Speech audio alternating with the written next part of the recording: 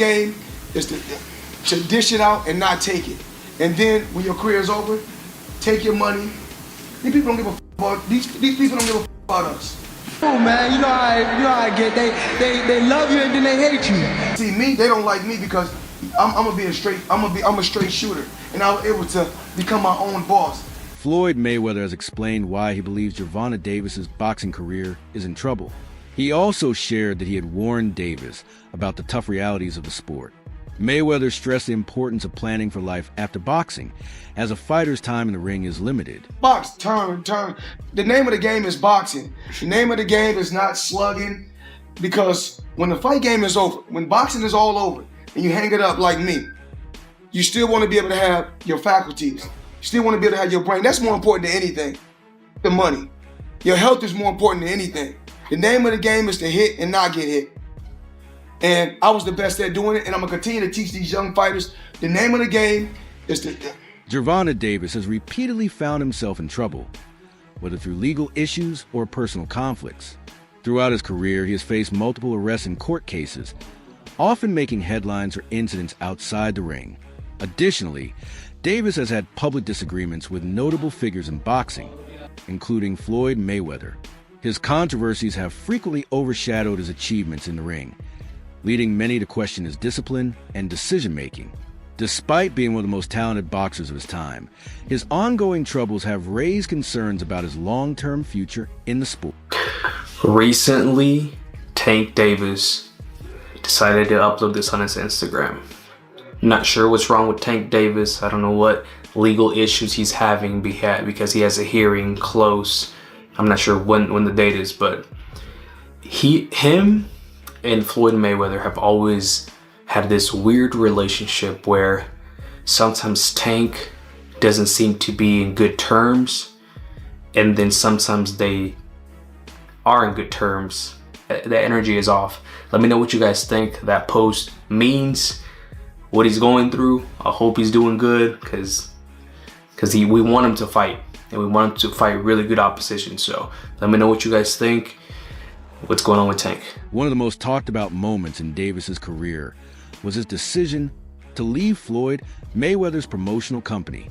While taking control of his career might have seemed like a smart choice, many believe Mayweather's guidance and experience could have helped him navigate the boxing world more effectively.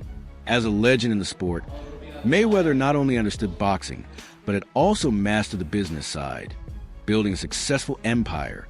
You know, so I don't want Tank to necessarily leave Mayweather. I think he's in this position because of everything that Mayweather and Leonard Ellerbe have done for him. So I do want him to do what he is saying. Take control of your career. Say that you want Shakur and actually fight Shakur. Say that you want Devin and actually fight Devin. You know, fight these guys. Don't keep making new names. Like, you gave Barrios a chance. You gave Isaac a chance. Like, you know, Gamboa, like, those aren't the fights that we want. In 2024, Gervonta Davis reached new heights in his career. His performances inside the ring thrilled fans, and his popularity soared like never before. He was widely regarded as one of the most dominant fighters in his division, boasting an undefeated record that secured his status as a top-tier boxer.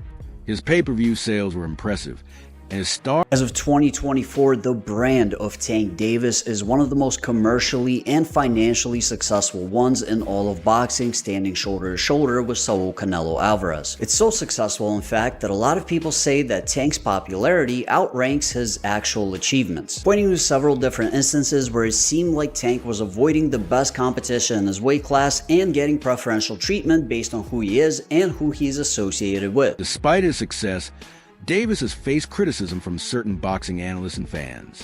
Some argue that he is overrated, especially among casual viewers who may not fully understand the sport's technical side. While his knockout power and flashy style have earned him admiration, skeptics claim he hasn't consistently fought the best competition in his division. Many believe his record looks great on paper, but lacks true challenges against elite opponents, making his dominance appear somewhat misleading. He said Tank, he's still on the air? He said Tank is... Hey, yo, they did Max Kellerman dirty for real, but go ahead, bro. He said Tank is overrated by people that don't know boxing, and he's underrated by people that do know boxing. And what he That's meant, buzz. What he meant by that That's is buzz. that- I agree with that. What he meant by that is that if you don't know boxing, you don't know who's Tank is. A major point of criticism surrounding Davis is the level of his competition. Analysts suggest that his team has carefully selected opponents to favor him, avoiding the most dangerous challengers. While this is a common strategy in boxing to maintain a fighter's marketability, it has led to questions about whether Davis is truly being tested at the highest level. Fans have been eager to see him take on tougher matchups, but so far, many feel his resume lacks defining wins against the division's best fighters. Gervonta Tank Davis is one of the most overrated fighters in the sport of boxing right now, and not because of his skills, but because of his resume, and resume does matter. In my opinion, he's a victim of what I call Terrence Crawford syndrome, where you have a really bad promoter who only wants you to fight in promotion fighters who you know that they can 100% beat. If Tank Davis wants to be great, he's going to have to fight one of the other champions in the two divisions that he fights in, 135 pounds and 140 pounds. I'm going to list off all the champions in those divisions and tell you if I think he can beat them or not. So first we got the only other full champion in 135 pounds, Shakur Stevenson.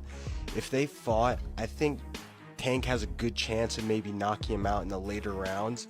But if I had to bet my house on it, I would say Shakur Stevenson would beat him in a close decision, and it would end up probably being a boring fight. But I think Shakur has the skills to beat Tank Davis over a long 12-round fight. Now we have Subriel Matias, who's a scary Terminator-like fighter who gives up the early rounds to come on later and drown you in those later rounds. But he's very stiff and he doesn't have very good footwork at all. I think Tank Davis will probably, box his face off for most of the 12 rounds. There might be some trouble in the late rounds.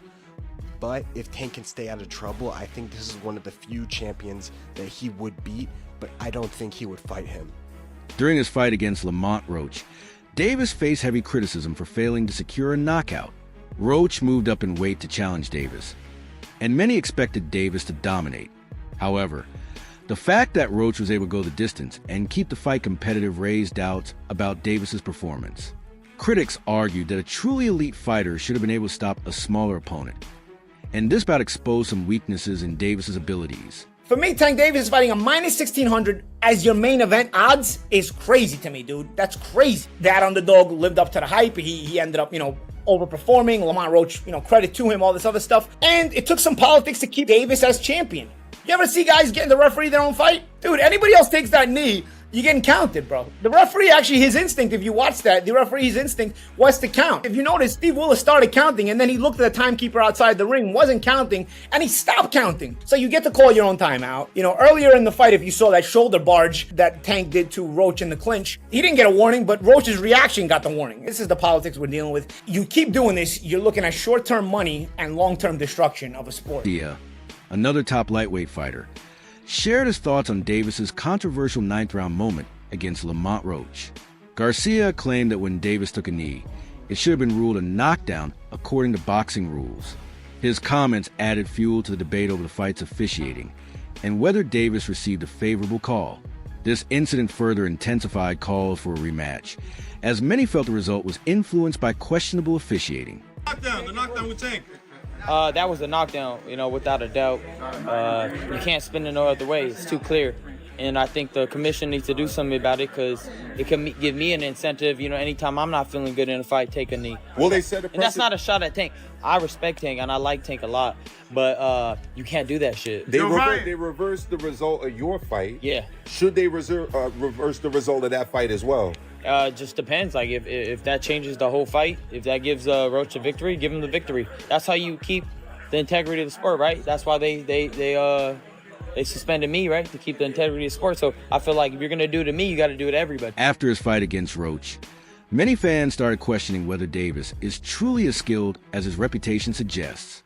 Seeing a lesser-known fighter challenge him raised concerns about his preparedness and ability to handle top-tier competition. Fans had expected Davis to dominate, but instead, they witnessed a tough, competitive fight that highlighted potential weaknesses in his game. So Tank Davis versus Lamont Roach goes to a majority decision draw, with Tank retaining his WBA lightweight title. Now, I did not score this fight a draw. I had it 7-5 to Lamont Roach. I thought he had the ring generalship and effective pressure He was landing the jab and effective combinations. Tank, as usual, had a very low output, and he was relying on one big shot. I gave Roach the first 3 rounds, Tank the next 3 rounds, and then Roach 4 the last 6 rounds to win the fight. Not to mention, Tank did take a knee in the middle of the fight. By rule, that should have been considered a knockdown. Yes, it was to get his mouthpiece, and that's why they didn't rule it a knockdown. But anytime a fighter takes a knee, that's a knockdown. And that would have given Roach 1 more point to win the fight. Now, I'm sure they'll run it back. Lamar Roach absolutely deserves a rematch. He just had the fight of his life. He wasn't scared to go toe-to-toe with Tank. Landing his combinations, the bigger counters, and the more effective shots. He definitely deserves a second payday. Now, in the co-main event, Gary Antoine Russell put on an amazing performance. I think he won 11 or 12 rounds against Raya Valenzuela. Great hand speed, good combinations, masterclass to win the WBA title. And then in the featured bout, Alberto Puello beat Sandor Martin to retain his WBC title.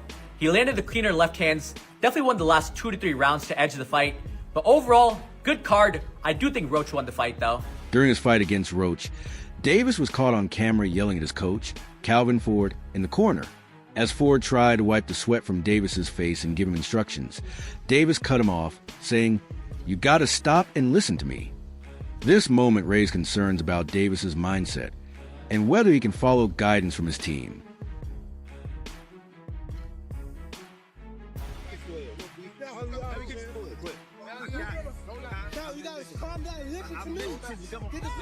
Hey, come on now. We're trying to get it. There you go. There you go. That's what you have to do. There you go. Stay good. Stay focused. That was a good round. You got me? Turn up now. I want all 3 of these. Abner, let's take a look at what we thought was taking a knee. And I thought it was. The blinding jab. Blinding jab. Yeah, what's wrong? The ref, something's wrong. He took a knee. That's a knockdown. That's a knockdown. You cannot take. Yeah. What? Wow. Ford has been a major influence in Davis's career, so this tense moment suggested friction between them. Situations like these can be concerning since the strong bond between a boxer and coach is essential for success in the ring. Well-being as well as your boxing progress, who you have been invested with from the outset. Tank has been with Coach Calvin Ford since he was, I think 8 or 9, which is crazy. And the relationship that those two have is an enormous factor. Tank trusts Coach Calvin to give him the right advice, and that has been proven to be a good position, a good place to put your trust, because as of yet he hasn't given any bad advice. He's very calm in the corner. He knows when to tell Tank to turn it up. He gives him understandable advice, and he gives him very simple advice in the corner.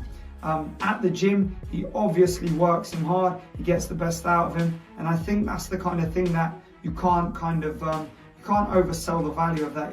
Bomac for Crawford is an example of this. If Davis continues to ignore his team's advice, it could have serious consequences for his future performances. My journey's crazy.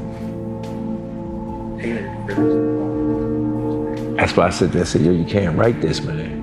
You cannot write this. My experience being gone, and all the stuff that I went through, preparing me for where I'm at today. That Tank is older. He had the lessons, getting his lessons of what he got to do, take us the rest of the way. And this is his take us the rest of the way fight.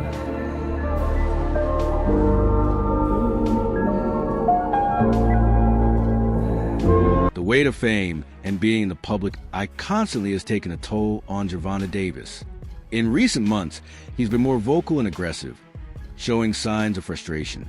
Davis has repeatedly said he wants to step away from boxing, emphasizing that he needs time to relax and focus on his mental health, possibly with the help of therapy. Are you retiring? Are you using the trash? What changed? What made you? This shit is trash, garbage. I don't care about belts and I don't care about that stuff. I don't care about none of that. That's why I don't want boxing more. When you start losing your love for boxing, what happened? I want to do therapy, right? It will lose the fire that I have inside me. Adrian Broner recently revealed that he played a major role in Davis's early career. According to Broner, he was the one who convinced Floyd Mayweather to sign Davis to his promotional company. This insight shows how Davis's career was shaped by some of the most influential names in boxing.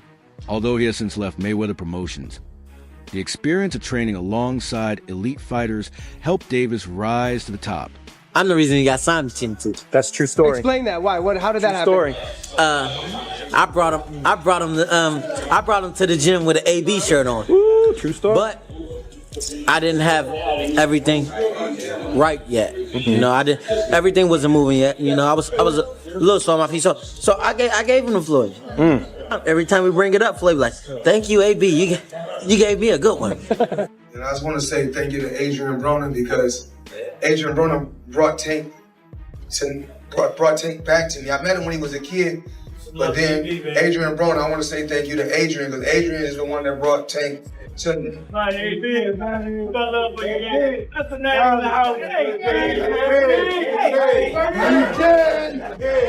Even after parting ways with Mayweather Promotions, Davis has acknowledged everything Floyd did for him. He admitted that without Mayweather's guidance, he wouldn't have achieved the success he has today. This statement proves that despite any past disagreements, Davis still appreciates the role Floyd played in his career. I respect him, and I won't say I respect him. I appreciate him. I appreciate him for what he done, because he did, he did help me out. He definitely helped me out, but it was more so like, he would say that he gave me money to get my mom out the hood, but me being from the hood, 10, 15,000, that's not, after a couple months, she gonna be back in the hood, and I'm gonna be back asking you for money. Nah, why would I do that? I give her a couple dollars. I take some, whatever, whenever you need some money, you feel me? But when I was legit to be able to get her out the hood, that's what I did. Like, I had to learn that coming up, that a motherfucker will put you in a position to always need him. And to the world, it might look like that's a great person. But to somebody to understand, you understand what Kendrick Lamar say? Nah, that's a master manipulator. Cause if I gotta put you in a position that they always need me, I'm gonna just give you crumbs. And we hear it a lot. If I'm a billionaire, if I'm a millionaire, what's $1,000? You know what I'm trying to say? But to you who don't have it, is a lot. And I know you gonna go to war for that $1,000. So me understanding that, $48 of power, I'ma always feed you a little bit so you can be excited and do just enough to come back around. But I ain't really just put me in a position to be able to, make my own thing. And I don't want to say no name, but they wind up catching it. The people that's over top of me, I was signed to him, and Floyd signed to him. So the person that, he said, okay, cool, I see what's going on. That's when he started taking over my career. However, their relationship remains complicated. Davis has also accused Mayweather of not wanting any fighter to surpass him. This tension between mentor and protege adds another layer to Davis's story as he continues to navigate his boxing career on his own terms. First of all, Floyd don't never want to see no one like a fighter do better than them. Why the say Terrence Crawford should fight? Finna be there. That don't make no fucking sense. He don't never want to see nobody be better than him. I'm telling you. You next in line. Just so you next in line. Is there The last question, guys. Is there a love-hate for Floyd though? Yeah, the fighter? Yeah, I love the fighter. I ain't gonna lie, if he was chill, he'll be the smoothest. But he's not. You know what I mean? He's a great fighter. And my bad. You're good, man. And he cause I don't want to say he's just a scumbag, but it's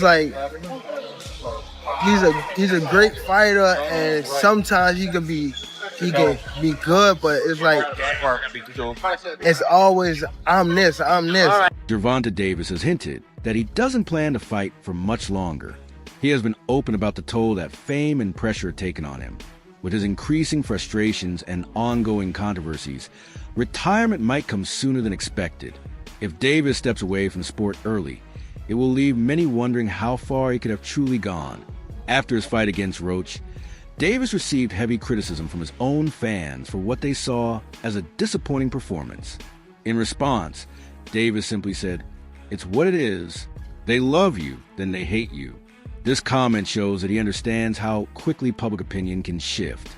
He has also admitted that fame doesn't last forever and has hinted at an early retirement. Damn, why y'all booing like I'm saying bullshit? Like, this is real facts. Come on, man. Look at my hair. I just got my shit done. But it's all cool, man. You know how I get. They love you and then they hate you. Turn around there and love you again. You know what I mean? Davis knows that fans can be unpredictable, cheering for him when he wins, but turning on him when he struggles. This realization might be part of the reason he has been talking about leaving boxing sooner rather than later. I ain't gonna lie, I ain't really trying to be in this too much longer. That's the answer right there for you. How old are you now? 28? 28. Yeah. How much longer are you expecting to do it? Once I get them guys out of there, I'm gone. Is that right? Let's say like 30-ish, something like that? Why do you want to get out so soon? I want to just help people that's coming behind me. I feel as though that's more important. Future. Is that why you got Lamont Peterson and Anthony on this card? They was before me, but they're trying to do my good deeds. I feel as though it's something that's installed in me. There's loyalty. I feel as though that's something that people are missing out here. I feel as though if you're in a position to help somebody, help them for the right reason.